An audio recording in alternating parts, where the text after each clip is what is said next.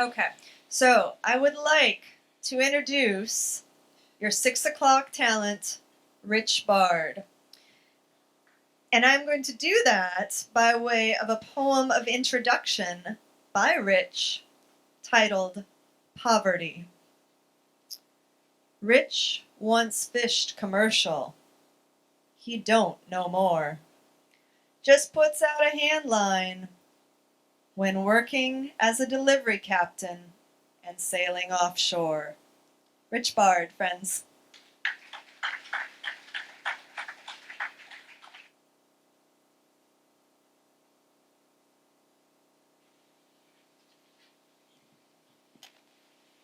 Hello.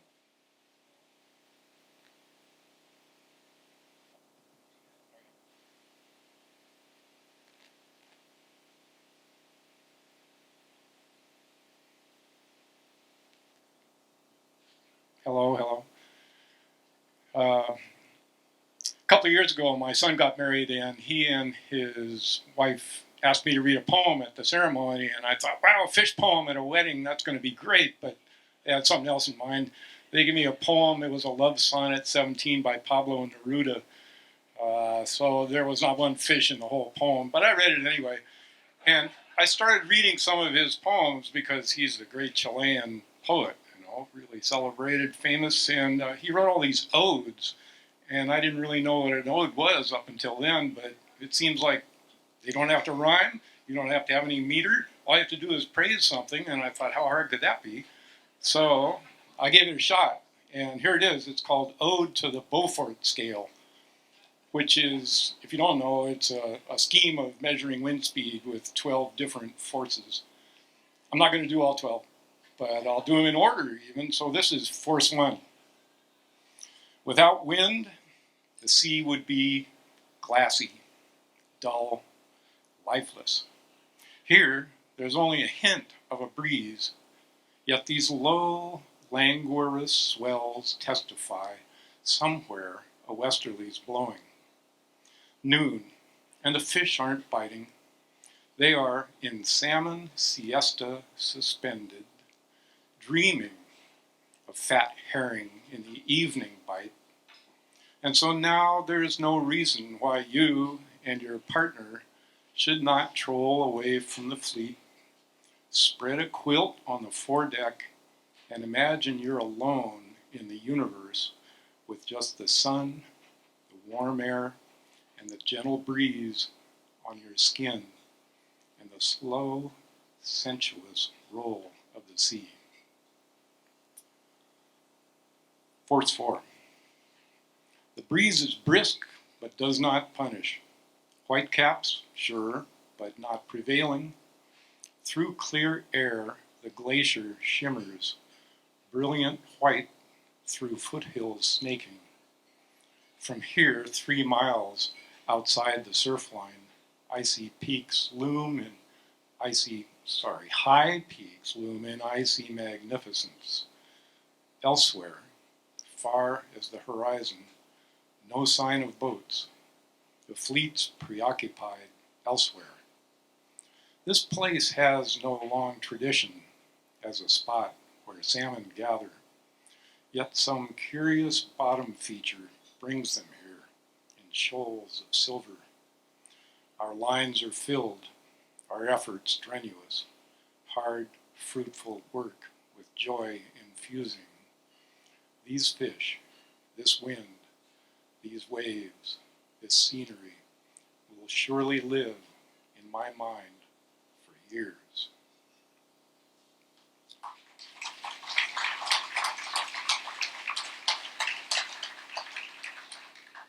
Force 6. Why are you still here on this rough and troubled ocean, barely maintaining trolling speed against the seas despite your open throttle? Making the turn from the upwind tack, the violent rolls, poles flopping like a Labrador's ears as it shakes off water. Engine out of gear, the wind shoves you back down in a third the time it took to claw your way up. But turned upwind again, into the smash and crash. 10 fat Chinooks are hanging on the gear. That's why you're here.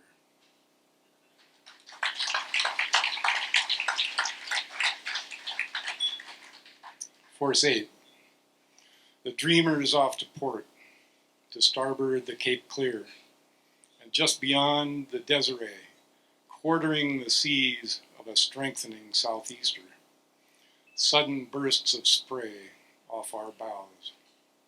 Unfishable, the word we agreed on as we pulled our gear on board and started the long buck east to shelter.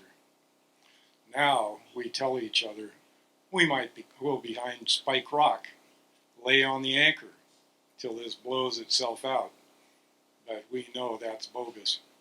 We'll all end up in Nia Bay. The Icelander is not among us, still out there on the bank, trolling along the drop-off. Bob hasn't noticed it's gotten really rough. He's a Finn. Force 12. Magnificently, the rush of air obeys the gradient's command. Leave the high, go to the low, quick march. A battalion, a division, an entire army of wind rampages through the rigging.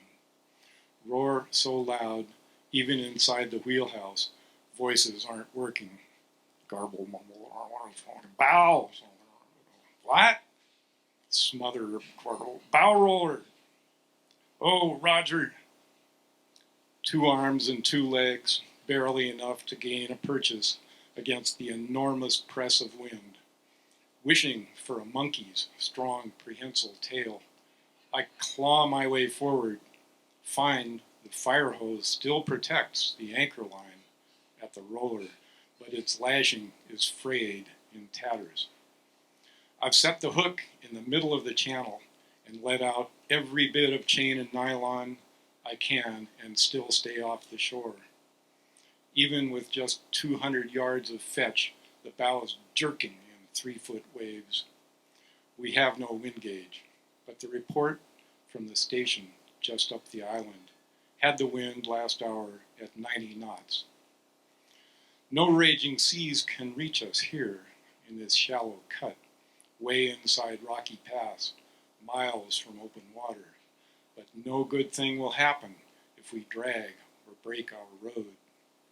I sail back down the deck, return with tools and hardware, hose clamp the hell out of the fire hose, securing it to the nylon line. It's a good enough fix, but temporary. I'll surely devise a better system when this storm-racked air has passed on by and found some stable zone of peace.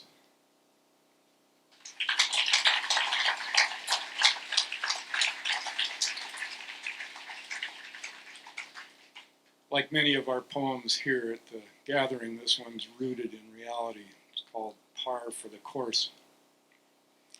Steve was one of the steadier guys I'd known in long years salmon trolling.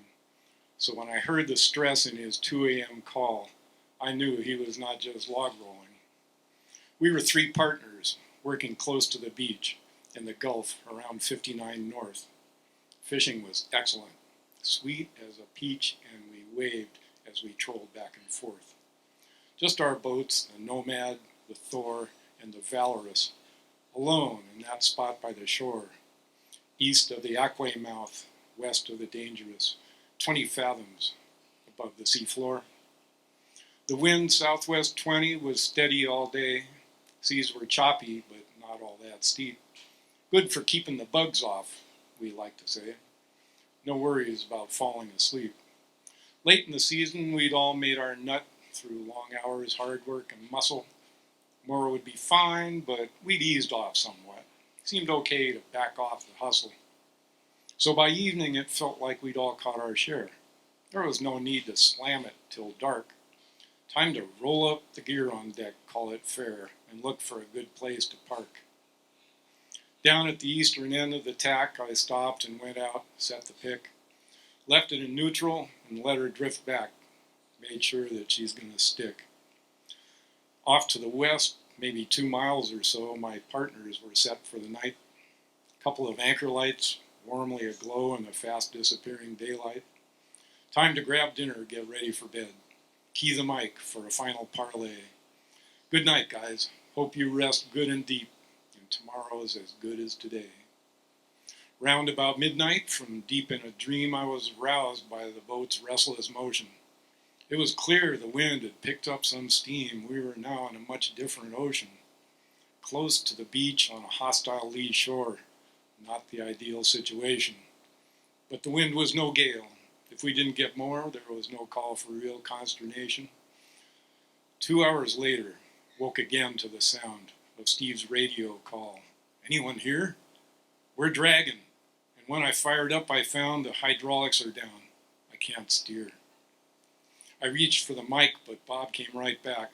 Got you, partner. We're coming. Don't worry. We're pulling the hook, then we'll get right on track to toss you a line in a hurry. 2 miles down the beach, a half hour away. My impulse was strong to react, but better hold off and not get in the way, though it's harder to listen than act. We're inside 10 fathoms now, radioed Steve. Bob came back. We've rigged the line with a float. Now we'll give it a heave. It should drift back to your bow just fine. Through the transmitted combo of words and strained silence, I pieced together the action, a series of futile experiments that failed to produce satisfaction.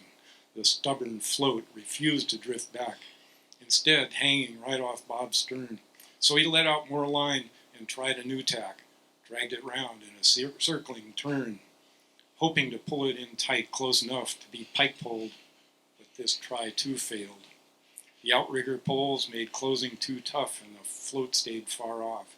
So Bob bailed on that and rigged a light line to throw with a monkey's fist on the end, motored up toward Steve's stern as close as she'd go and heaved it. Again and again and again, the line refused to fly true. The headwind was simply too strong. Each toss began straight, but then sideways it flew. Yet another approach going wrong. By now, the shore breakers were not far away from the valorous stern, angry and white. It began to seem likely if fate had its way, a disaster would fall on this late summer night. Steve's crew was his family, wife and 2 daughters, Sally and Emily and Jenny. Survival suits might keep them safe in rough waters, but the boat's options, well, there weren't many. The beach here was sandy. You'd hope that a swimmer might make it ashore without harm, but a boat in the surf, chances certainly dimmer, if not zero. My mind went to code red alarm. Was it now time to get a distress call through? Delaying could seem like a crime. Seemed no hope for the valorous, but some for the crew. Could a chopper from Juneau even get here in time? With my hand on the mic, I was at an impasse. Then I jumped, Sally's voice in my ear. Got the anchor aboard, and Steve's down in the laths. Pipe wrench on the quadrant. We just might get clear. With a rush of relief, but no end of suspense, I imagined Steve there in the dark, gripped strong on the wrench, and with focus intense, straining his hardest to hark on Sally's directives, relayed by the girls, out the door, past the deck, down the hatch. Come to starboard, as outside the turbulence swirls. More starboard! Hold steady. Now port, just a scratch. A millennium passed, and then on Steve's voice came. Okay, boys, we're out in the deep. I'll replace the split hose I found was to blame. Then I think we just might get some sleep. Later, seeing 2 steady mast lights offshore, I pulled down my mental red flag. Boy, at last, no need to sweat anymore. Just another day out on the drag.